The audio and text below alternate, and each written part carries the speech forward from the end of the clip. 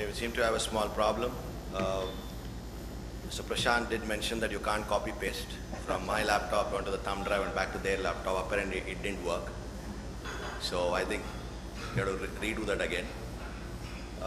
Prashant actually has, I'm sure, has scared everybody over here.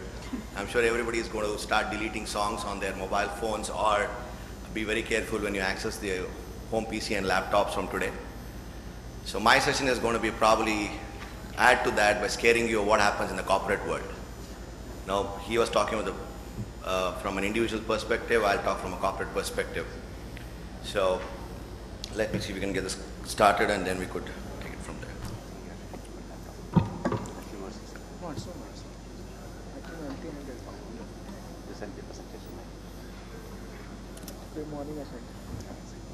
This has to come that side.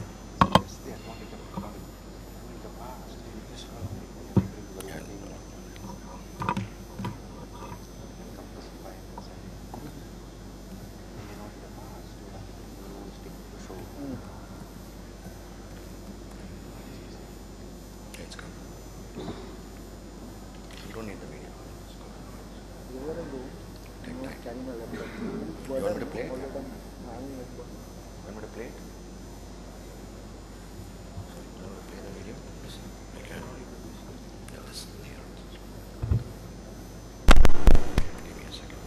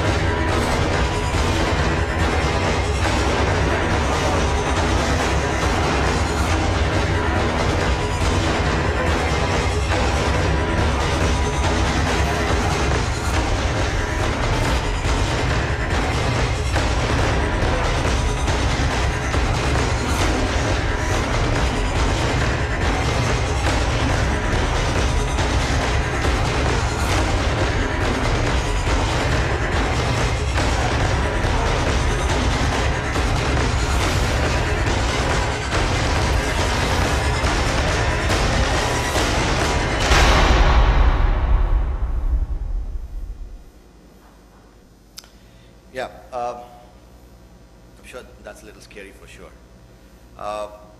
First of all, I'd like to thank CII for giving HP an opportunity to present what we think is the uh, current security scenario for organizations and enterprises and governments in the world. Uh, my name is Murli and I work for HP Enterprise Security. I manage the channel sales for India. Before I get into the presentation, I obviously like to take a couple of steps back and mention that today I think, as Prashant spoke, IT is a very critical component of our life. There's no way we can say that I'm going to stay without IT, whether it be from any vertical, individuals, banks, telcos, ITS companies. There's no way, or even a place like Coimbatore where you have a lot of colleges and universities, there's no way you can stay without IT. IT is good. It brings in a lot of efficiency, brings in a lot of speed to our work. Yeah, it does bring a lot of impatience to us for sure. But the fact is, when you get IT into the picture, one of the biggest problems you bring in is you suddenly become targets for a lot of people. Now, my agenda today is basically to talk about how the entire security scenario has changed and how traditional solutions don't help anymore, how you need to actually probably change the way you're looking at security today, and how does HP have solutions. I'm not going to talk about products here because this is not the platform to do that, but how HP can actually help organizations to take care of the existing cybersecurity problems. First, let's look at how the market has changed. Before I get into how the market has changed, I would like to talk about two stories. First story is a company called Heartland Payments. Heartland Payments is one of the largest payment gateway companies in the US. In 2009, they actually got complaints. What does Heartland Payment Gateway company actually do? They actually process payments when you use your debit or credit cards. So Payment Gateway uses, Payment Gateway's customer is somebody who actually issues the card. Their customer is actually the bank. Bank's customer is people like you and me. So in 2009, banks started getting complaints that they are getting statements for transactions they actually didn't do. So they started doing a back-end search of why these complaints are coming in. So they went back from customer. So you are the customer to the bank is the customer to the card issuer is the customer to Heartland Payments. So the customer's customer went back to Heartland. And Heartland started doing an analysis of what's happening. They actually came out with two very startling facts. One, the total number of data they had lost was close to almost 47 million credit card details. Second was it was going on for almost a year. The first breach had happened in 2008. So they actually got the discovery. The discovery was done in 2009. The second story, and eventually HPS had to pay $140 million as damage to the consumers who had actually lost the money using their payment gateway. The next one is something that's recent, that happened in 2011, is Sony PlayStation. I'm sure many in this room would have heard about it, or if you're customers, you would have got mails from Sony, assuming that you're registered. I mean, the good thing in India is we don't register our products online. The bad thing is you will not get a lot of alerts and probably mails from them. So what happened in Sony PlayStation was a 20-year-old kid hacked into Sony PlayStation database, stole close to 22 million records of personal information. Now, that's not a big deal. I mean, today I think getting into networks is it's not a great shake. I think anybody can get into anybody's network. The fact is, Sony didn't even know it was happening for 3 weeks after it happened. They actually got to know about it when somebody read a Twitter post and went back and told Sony, hey, I heard that you guys have been hacked. That's when Sony went and checked and found out that they've been hacked, and they actually had to close down the website for almost 24 days to set everything right, pay a lot of penalty, spend almost $30 million in revamping the security solution. Now, these are the two stories I could tell you because these are pretty interesting. There are tens that get reported in the press, but there are hundreds that go unreported. I'm sure a lot happens in our neighborhood, which people don't talk about, people don't tell. Now, why does this happen? before I get into why it happened, because of this, security has gone into the boardroom. I mean, I interact with customers where CISOs are now part of the board. Why? Because as I told you in the first slide, IT is a very critical component. When IT is a critical component, the most important fact of IT infrastructure is to run it very seamlessly and safely. And that's the reason why CISOs now are part of the board in many organizations. Why are they becoming part of the board? They're becoming part of the board primarily because the attack pattern has changed.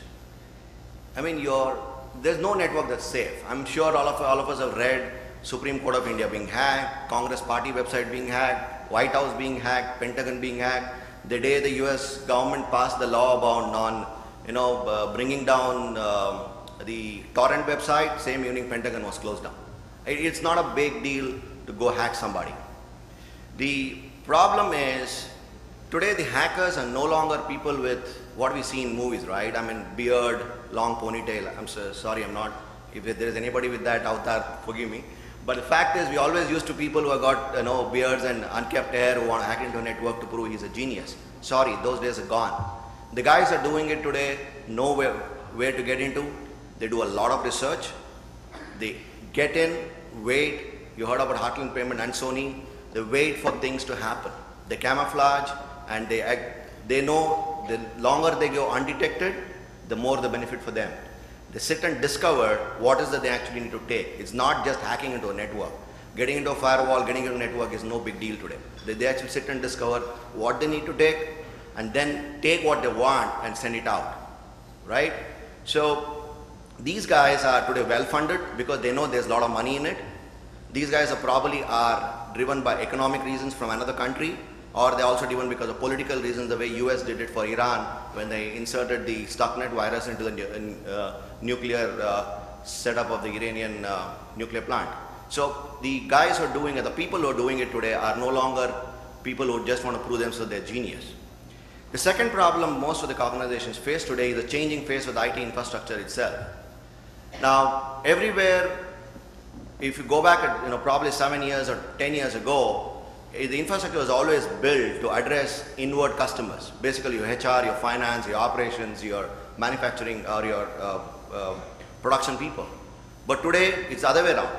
Applications are being built to expose to the customers, your vendors, your partners, your suppliers, your whoever your partners are outside the country. You're basically building applications and exposing infrastructure to them. So that automatically brings in a lot of risk. Now, added to this, you're also giving your accessibility to people bringing their own devices. And the device bringing is great, but it brings in a lot of risk along with it. And I can tell you in my company, I use my laptop without a network connection most of the time by connecting a data card. Now, when I'm connecting a data card, there's nothing preventing me from accessing what I want on the network because there's no firewall, there's nothing on my data card. Now, the gentleman next to me probably decides to go out on a sales call. I just move my laptop and connect to the network. Now, when I connect to the network, if I've already downloaded a malware to the data card, the malware just moves on my network. There's nothing stopping the malware from moving around in the network. So it's as simple as that. So, the endpoints that people are bringing today is the second challenge organizations have got apart from the changing face of data center.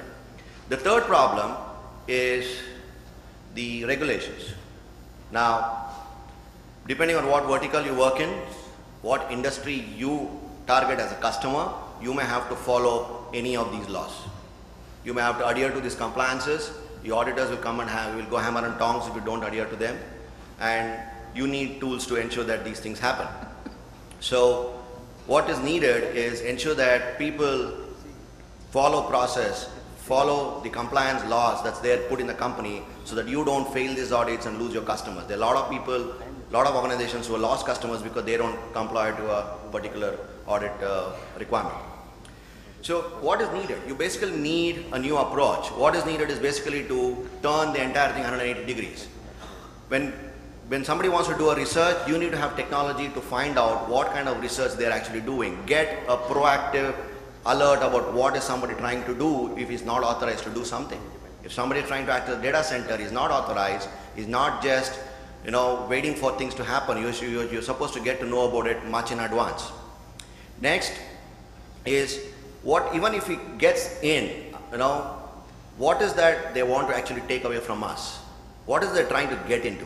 Will I be able to get information for that? Yes, there are tools available to tell you what are the things that are happening in the infrastructure that is not supposed to happen on a daily basis.